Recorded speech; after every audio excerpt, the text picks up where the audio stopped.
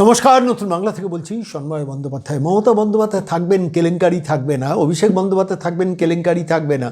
মমতা বন্দ্যোপাধ্যায়ের সরকার নবান্ন কালীঘাট সংযুক্ত থাকবে, অথচ তার সঙ্গে কোনো জালিয়াতি, চুরি, লুট কিংবা টাকা ওড়ানো থাকবে না। এটা বাংলার রাজনীতিতে হতে পারে না, বাংলার প্রশাসনিক ব্যবস্থার মধ্যে হতে পারে না।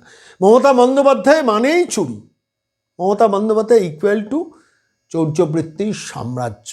এটা বলার জন্য, ব্যাখ্যা করার জন্য বারবার কোনো কথা বলার দরকার নেই। এবং আপনারা দেখুন, গরু পাচার সেখানে টাকা, কয়লা উত্তোলন সেখানে টাকা, বালি সেখানে টাকা, পাথর সেখানে টাকা, মাটি বেচে সেখানে টাকা, আমফানের ত্রিপল সেখানে টাকা, রেশনের চাল সেখানে টাকা, প্রধানমন্ত্রীর আবাসন সেখানে টাকা, 100 দিনের কাজ সেখানে টাকা, জব কার্ড সেখানে টাকা। এমন কোনো ইভেন্ট পাবেন না যেখানে চৌর্যবৃত্তি নেই। বন বিভাগ সেখানে টাকা, পঞ্চায়েত সেখানে টাকা, পুরসভা সেখানে টাকা। অর্থাৎ টাকা লুটটা এ রাজ্য প্রশাসনের সঙ্গে সমার্থক হয়ে গেছে। এখন বারবার একটা কথা আমি বিশ্বাস করি, মন থেকে বলছি, যে মমতা বন্দ্যোপাধ্যায়কে না সরালে এই চৌর্যবৃত্তির শাসন কিন্তু সরানো যাবে না। আমি এই কথাটা বলে আজকে আপনাদের সরাসরি নিয়ে যাব নিউ টাউনে। মমতা বন্দ্যোপাধ্যায় হঠাৎ হিন্দু সাজতে গেছে। হঠাৎ করে দুদেল গাইদের থেকে একটু বিচ্ছিন্ন হওয়ার জন্য নর্থ বেঙ্গলে মহাকাল মন্দির, দীঘাতে জগন্নাথ মন্দির এবং নিউ টাউনে গিয়ে দুর্গাঙ্গন, অর্থাৎ হিন্দুরা তুমি আমাকে ভোট দাও। যা সর্বনাশ তো হিন্দুদের করে ছেড়ে দিয়েছেন। ও পাশে ইউনুস, এ পাশে মমতা। আমি আবার বলছি, একটা মুখের যদি দুটো দিক থাকে, একটা হচ্ছে মোহাম্মদ ইউনুস, একটা হচ্ছে মমতা বন্দ্যোপাধ্যায়। ওদিকে হচ্ছেন দীপু দাস, এদিকে হচ্ছেন হরগোবিন্দ দাস, চন্দন দাস। ব্যাখ্যা করার দরকার নেই। ঈদের নামাজে গিয়ে মমতা বন্দ্যোপাধ্যায় বলেছিলেন যে, পরিষ্কারভাবে বলেছিলেন যে হিন্দু ধর্ম যেটা বিজেপি প্রিচ করছে সেটা গান্ধা ধর্ম। এই শব্দবন্ধটা বলেছিলেন কি বলেননি? ফলত বাংলার মানুষ জানেন তোষণ, তুষ্টিকরণ এবং দুদেল গাই বলে চিহ্নিতকরণ এটা মমতা বন্দ্যোপাধ্যায় কাটছি। ফলত নতুন করে ব্যাখ্যা করার দরকার নেই। ফলত স্বাভাবিকভাবে এখন তিনি নতুন করে হঠাৎ হিন্দু সাজছেন at the cost of your and my money, আমার আপনার টাকায়। এই যে দুর্গাঙ্গনে যে জমিটা দিচ্ছেন, বা যে সেখানে বোধহয় 261 না কত কোটি টাকা দিয়ে দুর্গাঙ্গন গড়বেন বলে সিদ্ধান্ত নিয়েছেন এবং তার আনুষ্ঠানিক দ্বারোদ্ঘাটন মানে ভিত্তিপ্রস্তর স্থাপন করলেন, সেটাও ট্যাক্স পেয়ার্সের মানি। কেন দিতে পারতেন না? কয়লা, গরু, বালি, পাথর, চাকরি, রেশন সমস্ত ক্ষেত্র থেকে যে প্রভূত পরিমাণ কয়েক হাজার, কয়েক লক্ষ কোটি টাকার মালিক হয়েছেন যারা, তাদের কাছ থেকে টাকাটা নিতে পারতেন, নিয়ে বলতেন যে আমি দুর্গাঙ্গন করব, কোনো অসুবিধে ছিল না। জমিটা যদি সরকারকে টাকা দিয়ে কেনা যেত, কোনো অসুবিধে ছিল না। কিন্তু শেষ পর্যন্ত সেই দুর্গাঙ্গন হচ্ছে এবং সেখানেও একটি নির্দিষ্ট সম্প্রদায়ের মানুষ তারা আপত্তি জানিয়েছেন বলে একটা জায়গায় সমস্ত কিছু কাঠামো, স্ট্রাকচার সব কিছু করে ফেলা, মাটি দিয়ে জমি উঁচু করা, সমস্ত কিছু সমাপন করার পর শেষ মুহূর্তে বাধা আসার পর সঙ্গে সঙ্গে ভেন্যু চেঞ্জ হয়েছে। অর্থাৎ আমার পারিবারিক প্রপার্টি, ফলে আমি যখন যা ইচ্ছে তাই করতে পারি, যে কোনো সিদ্ধান্ত নিতে পারি। তার জন্য ক্যাবিনেটের অ্যাপ্রুভাল দরকার নেই, যেখানে আইনের কোনো ব্যাপার নেই। আমার কথাই শেষ কথা, আমার কথায় সূর্য ওঠে, আমার কথায় সূর্য ডোবে এই বাংলায়। এবং সেই জন্য ভেন্যু পরিবর্তন, এই পেছনে যে কেলেঙ্কারিটা যুক্ত হয়ে রয়েছে, আমি আজকে সরাসরি আপনাদের নিয়ে যাব। বরুণ বিশ্বাস নিউ টাউনের একজন অধিবাসী, তিনি সরাসরি ভিডিওটা করে আমাদের কাছে পাঠিয়েছেন। তিনি সরাসরি দেখিয়েছেন কিভাবে একটা নির্দিষ্ট জমি চিহ্নিতকরণ করে সেখানে প্রায় 4-5 কোটি টাকার মাটি ফেলে লেভেলিং করে উঁচু করার পর সেখানে স্ট্রাকচার পর্যন্ত হয়ে গেছে যে এখানে দুর্গাঙ্গনের ভিত্তিপ্রস্তর স্থাপন হবে। তারপর নির্দিষ্ট একটি কমিউনিটি আপত্তি জানিয়েছেন, সঙ্গে সঙ্গে আবার ভেন্যু চেঞ্জ করে আরেকটা জায়গায়। ভাবুন তো, এই 4-5 কোটি টাকা যেটা জলে গেল, কার টাকা? বা 200-100 কোটি টাকার নামে হয়তো 400 কোটি টাকা খরচা করবেন। আপনি শিল্প আনবেন না। টাটাকে যে মেরে তাড়িয়েছেন একটা ভারী শিল্প, গত 5 বছরে আসেনি, 15 বছরে আসেনি। আপনি যেখানে বিনিয়োগ করা দরকার সেখানে করবেন না, কর্মসংস্থান বিনিয়োগ করবেন না, শিক্ষকের চাকরি দেবেন না, 3.25 লক্ষ শিক্ষকের পদ ভ্যাকেন্ট, চাকরি দেবেন না, সিভিক ভলেন্টিয়ারদের কনস্টেবল করবেন না, প্রায় 1.5 লক্ষের ওপর পুলিশের পোস্ট ভ্যাকেন্ট রাখবেন, 6 লক্ষর ওপর 6.25 লক্ষ সম্ভবত সরকারি পদে কোনো রিক্রুটমেন্ট নেই, 5.5 লক্ষ পদ অবলুপ্ত করে দিয়েছেন। আর সেই রাজ্যে দাঁড়িয়ে প্যারা টিচারদের মাইনে দেবেন না, কন্ট্রাকচুয়াল টিচারদের মাইনে দেবেন না, বিভিন্ন সরকারি অফিসগুলো সমস্ত ঠিকাকর্মীদের দিয়ে অফিস চালাবেন। আর সেই সময় দাঁড়িয়ে দুর্গাঙ্গন তৈরি করার জন্য 200-100 কোটি টাকা অফিসিয়ালি অ্যানাউন্স, কোথায় গিয়ে দাঁড়াবে কেউ জানে না। এবং সেটা করতে গিয়ে আবার একটা কেলেঙ্কারি, মারাত্মক কেলেঙ্কারি।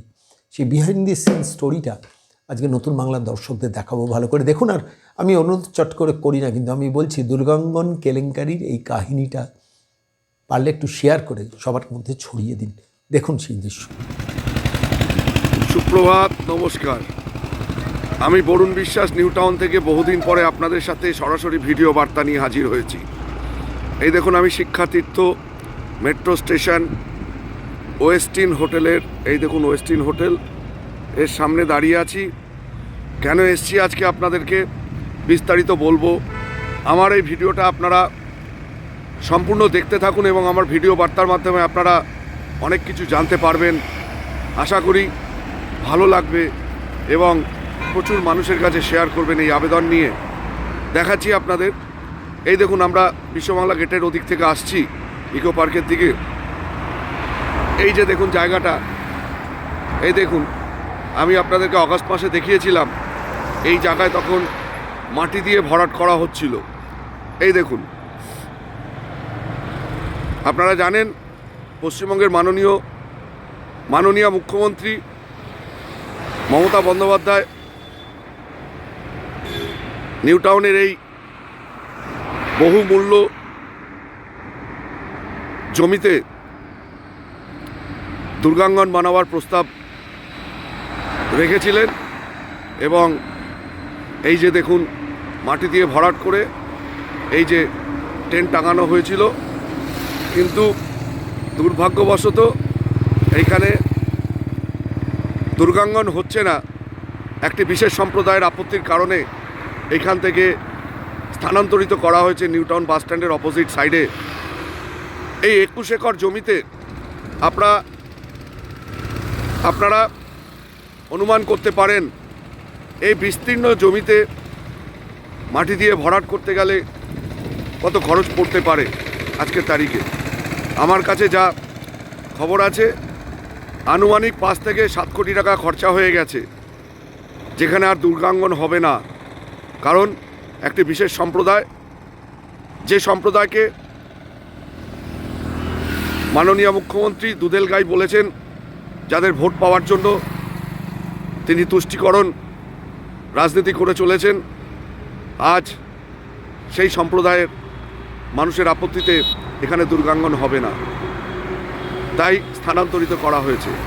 আপনাদের দেখাবো পরবর্তী জায়গায় যেখানে বর্তমানে দুর্গাঙ্গন হওয়ার জন্য সমস্ত যুদ্ধকালীন তৎপরতায় কাজ চলছে হিডকোর তত্ত্বাবধানে এনকেডি এর দ্বারা। আপনাদের আজকে ওইখানটা দেখাবো। এই দেখুন নতুন সাইট ফর দুর্গাঙ্গন। এই দেখুন বড় বড় করে পোস্টার লাগানো হয়েছে। এই দেখুন জার্মান টেন্ট লাগানো হয়েছে রাতারাতি। এই যে জায়গাটা দেখতে পাচ্ছেন 17 একর জমি, নিউ টাউনের বলতে পারেন সবচেয়ে মহামূল্যবান জমি, যে জমিটা রাতারাতি জঙ্গল পরিষ্কার করে একদম ফাঁকা মাঠ বানিয়ে তার উপর জার্মান টেন্ট লাগানো হয়েছে কোটি কোটি টাকা খরচা করে। এই দেখুন এই টেন্টের ভেতরে আজকে মাননীয় মুখ্যমন্ত্রী আসবেন দুর্গাঙ্গনের ঘোষণা করতে, এবং তার পেছনে যে কোটি কোটি টাকা খরচা করা হচ্ছে, এই যে দেখুন তার নমুনা। বড় বড় গেট বানানো হয়েছে। এই দেখুন গেট নাম্বার 3 লেখা আছে। এই যে গেট, এই দেখুন পুরো এই জায়গাটা গত সপ্তাহে অবধি ঘন জঙ্গল ছিল। এই দেখুন আমরা বারংবার ভিডিও বার্তা দিয়েও হিডকোকে পরিষ্কার করাতে পারিনি। আজ এটা সুন্দর একটা উদ্যানে পরিণত হয়েছে এবং এখানে দুর্গাঙ্গনের ঘোষণা করবেন মাননীয় মুখ্যমন্ত্রী। এখানে আজকে আসবেন নিউ টাউনের। এই দেখুন নজরুল তীর্থ মেট্রো স্টেশন, নিউ টাউন বাস স্ট্যান্ডের ঠিক লাগোয়া এই নজরুল তীর্থ মেট্রো স্টেশনের ঠিক বাদিকে এই দেখুন সেই জমি। কিন্তু বাস্তবে নিউ টাউনের মানুষ চেয়েছে কি? নিউ টাউনের মানুষ তাদের স্বাস্থ্য পরিষেবা থেকে বঞ্চিত, তাদের সরকারি স্কুল প্রতিষ্ঠান থেকে বঞ্চিত, তাদের নির্ঝঞ্ঝাট শান্তিপূর্ণ সুরক্ষিত জীবন থেকে বঞ্চিত, নিউ টাউনের অবকাঠামো থেকে বঞ্চিত। নিউ টাউন একটি স্মার্ট সিটি, সেখানে কোনো স্মার্ট পরিষেবা নেই। 18 বছর সময় লেগেছে শুধু একটি অ্যাম্বুলেন্স সাধারণ অ্যাম্বুলেন্স দিতে, সেটাও ন্যাশনাল হেলথ মিশনের অ্যাম্বুলেন্স দেওয়া হয়েছে আমার চিঠির গুঁতো খেয়ে 2 বছর ধরে চেষ্টা করে করে।